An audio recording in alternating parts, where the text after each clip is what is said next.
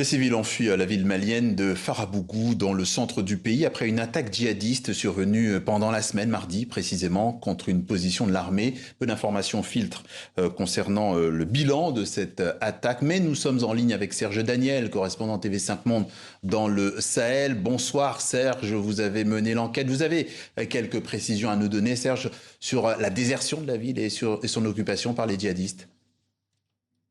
Oui, alors au moment où je vous parle, Farabougou est une ville déserte. Les civils sont partis, ils sont en train de partir à pied, à charrette, baluchons sur la tête souvent. On les retrouve dans les localités de Sokolo, même jusqu'à Diabali. Ce qui s'est passé, c'est que les djihadistes ont attaqué le camp il y a bientôt une semaine. Ils ont pris le contrôle du camp militaire de la ville. Ils ont pris de l'armement de l'armée sur l'armée régulière, sur les forces régulières. Donc, les militaires ont été tués, des civils également. Donc ils contrôlent actuellement la ville, toute la ville, et c'est pour ça qu'il y a un départ massif des populations civiles. Un mot quand même pour dire que Farabougou, d'une manière générale, de ces 5 dernières années, c'était une gouvernance alternée entre djihadistes d'un côté et l'État malien et les militaires maliens. Mais aujourd'hui, au moment où je vous parle, la ville est totalement sous le contrôle des troupes, des forces djihadistes. Et est-ce que ce nouvel épisode peut avoir ou a déjà un impact sur le moral des troupes sur le terrain?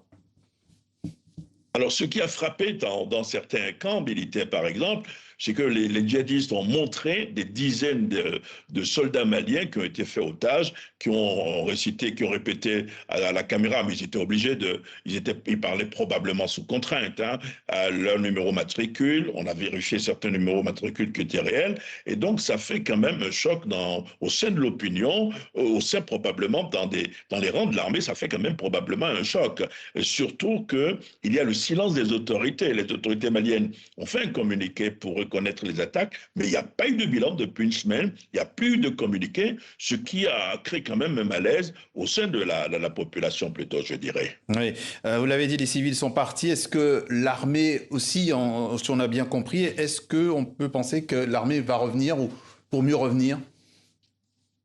Alors, c'est une question importante et intéressante, mais je n'ai pas honnêtement la réponse. Oui. Il va falloir attendre les prochains jours pour savoir si l'armée malienne va revenir. Vous savez, il y a un fait qui est très important, c'est que l'armée n'a même pas fait usage cette fois-ci de ses drones. Certains se sont dit, mais est-ce que les drones existent toujours? Pourquoi, par exemple, on n'a pas fait usage de drones pour renvoyer les djihadistes? Pourquoi il n'y a pas eu un renfort qui est venu? Est-ce que les militaires ont refusé de venir en renfort? Ce sont des questions, bien sûr, les gens se posent, mais on n'a pas de réponse. C'est pour ça que je pense que dans quelques jours, on devrait pouvoir avoir une position claire du gouvernement, de la junte malienne. Une précision de Serge Daniel, correspondant TV5 Monde dans le Sahel. Merci à vous.